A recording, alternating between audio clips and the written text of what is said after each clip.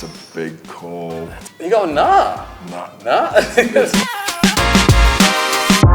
pretty amazing when you go into a rowdy place and you see people getting up and leaving early from a game. That's always a good feeling as well, you know.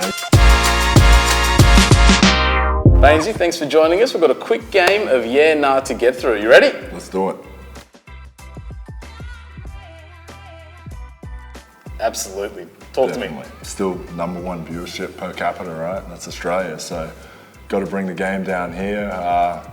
It's always something that we'll be pushing for. I think, you know, we want more NBA, and so does the public. So let's get it done. Come on, Larry. The punters want to know what city are we hosting that NBA game? Brisbane. Brisbane? For sure, Brisbane.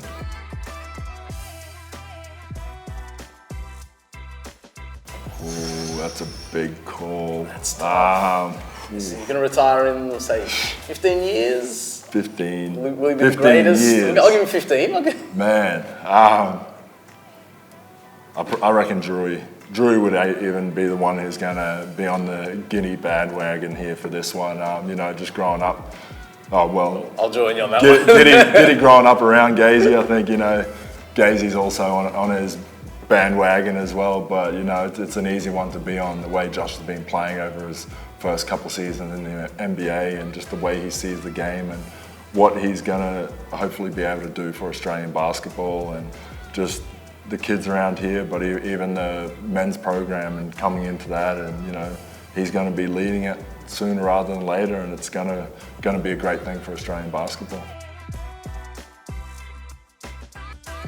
Ooh, yeah. Straight up. He's got to, yeah, that's an easy one. I mean, even outside of basketball circles, everyone knows who Greg Popovich is and how the respect he commands in professional sport globally. So, yeah, he's kind of changed the game in the way he does things, and, you know, whether it is the tanking, which has been known to happen once or twice since they got Timmy, but just even then, just what he can do for a program and how he scouts talent. You know, it's kind of all these other teams emulating everything that San Antonio has done for a long time.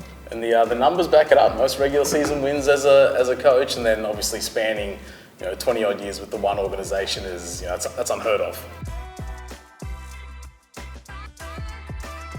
Ooh, yeah, I would love it to be. I would love it to be. Yeah, hopefully I can have a good impact on it here in Brisbane. We've got a pretty good reason, you know, the Olympics coming in here, it's a spectator sport, and it's, you know, biased. I think it's the best spectator sport, let alone, you know, being in the Olympics and having it here in the hometown. It's going to be a fun one.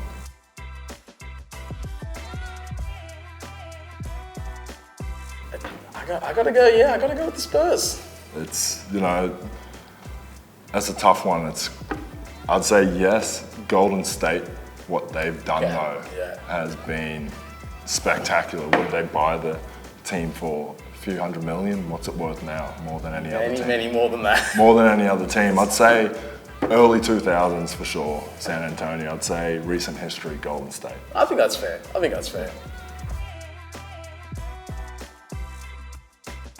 Green. I gotta agree. Easy one. You can speak to this better than me.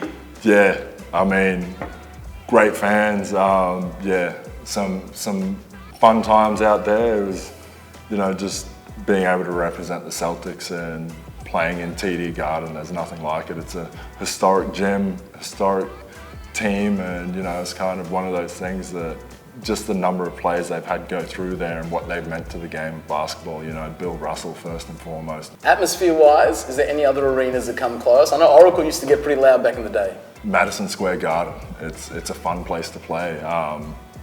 They don't like many green jerseys in there either, though, from the time I was there. But yeah, it's also the home of basketball in terms of, you know, urban sport. Madison Square Garden, it's awesome. I just think TD Garden fans are a bit, you know, they're not there just for the show, they're there for the game. As a Celtic, is it more enjoyable to put on a show and get a win in front of the home fans, or be on the road where everyone's booing and hating on you at MSG and shutting that crowd up? Which one's more fun? Mate, I mean, you probably get more adrenaline with the fans on your side, but it's still pretty amazing when you go into a rowdy place and you see people getting up and leaving early from a game. That's always a good feeling as well. You know, you get up and stand around and have a few more looks at people directly in the face of the crowd and just wondering, like, you guys got somewhere to be? You don't want to stay and watch us win this one? So that's always entertaining as well.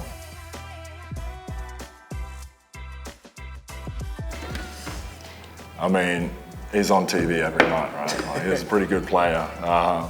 Nash, back-to-back MVP. Also another Aussie on the team wouldn't hurt. All it's going to take is Jock Landale to bring them to the promised land. There you go, that's it. Hopefully he's the catalyst if they do get there. That's what they've been missing this whole time. 100%.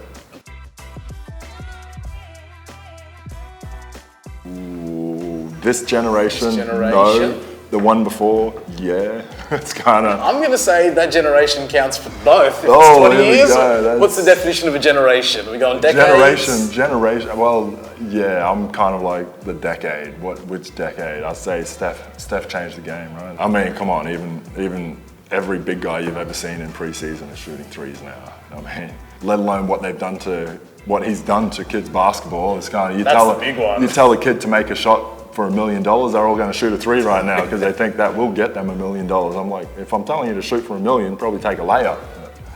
Tell them to shoot, if you can get one shot for $1 million and they're all shooting threes like Steph. So no one else has changed the game like that. Yeah, it's not too often that you get a guy that you're kind of covering multi-generational. So full credit to him. I mean, yeah.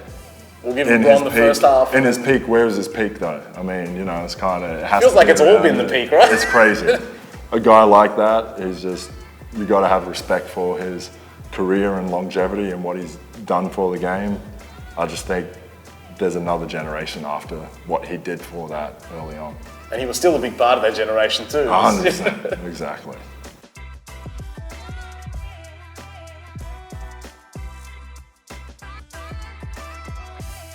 No. You going, nah? No. Nah? It's not. Talk to me, you got to explain this one. Yeah, no, it was one of those things, you know, it's kind of what the Warriors have been able to put together over the last 7-8 years. There's not been many like it. I don't know if it will ever happen again like that. Those guys were just insane, but give full credit to the Cavs. It was just, man, the Warriors. And it was 4 years too. I think that's what makes the difference. The Spurs and the Heat, we only got to see that for a couple of seasons. Exactly.